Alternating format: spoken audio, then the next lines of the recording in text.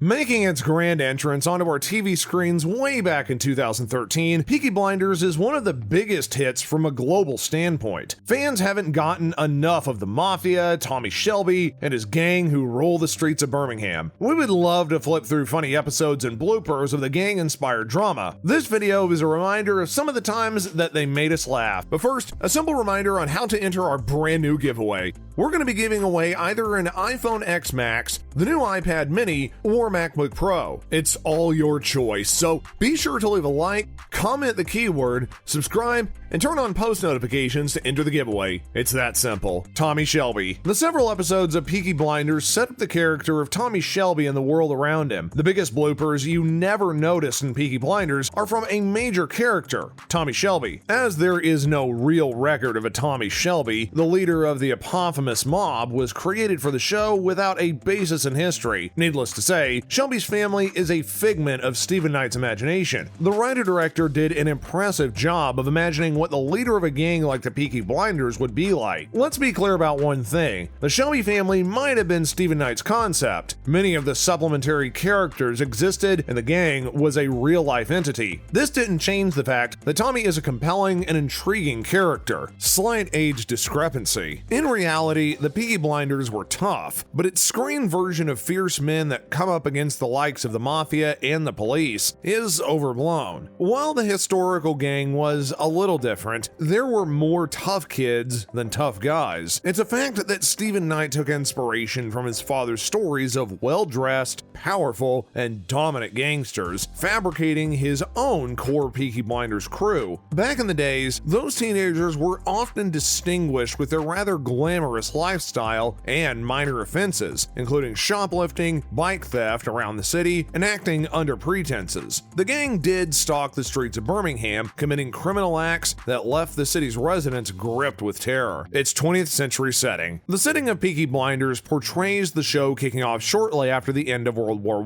I. However, this is yet another instance of Stephen Knight bending the facts to make the gang more fascinating and impressive than needed. In the actual fact, the Peaky Blinders have been on Birmingham's crime scene, rising to power only in the 1890s, ranked among the top criminal enterprises in the city until the year 1900, when the dominance of the gang started to wane. A little over a decade later, the gang was virtually extinct. Nevertheless, this pack of ruthless hoodlums left an unforgettable mark on the city of Birmingham, as their name lived on as a generic term: deadly flapcaps. What's more, the actual Peaky Blinders were known for their iconic hats. According to legend, the Peaky Blinders derived their name from wearing peaked flaps with razor stitched into them in order to blind people when they headbutted them or to cause blood to run into their victim's face. However, while the weaponized headgear concept might sound compelling, it's a real shame that the concept is certainly not true. The distinctive headwear was an important feature of the gang. The peaked caps are almost like a uniform. The reoccurring mugshots of the original Peaky Blinders show the gang wearing the signature hat. The idea of a weaponized hat does seem far-fetched, as it's near impossible to slice a victim's face just by flogging them with a razor-laced cap. During a headbutt, the razors are likely to injure the wearer. Also, in the 1890s, razor blades were considered a luxury item, and luxury commodities were inaccessible to the cash-strapped outlaws. Since the gang was made up of lower-class people, they wouldn't have been able to afford them anyway. Inspector Campbell's first scene. With the arrival of Inspector Campbell, the Peaky Blinders gang was soon shaken with a new sense of law and order. Inspector Campbell arrived in the city of Birmingham on behalf of Prime Minister Winston Churchill. He had been given the task of locating and reclaiming the missing consignment of guns from the Birmingham Small Arms Company factory. As he tried to make his mark on the new team, he gives rules and warnings to officers against accepting any further bribes from the notorious gang. During a pivotal scene, the inspector was making his bold speech to the officers when fans of the BBC series spotted a board in the backdrop that dates ranging from 1979 onward. The dates expose a more modern setting from years after the show is set. Since the scene was set in the first season just after World War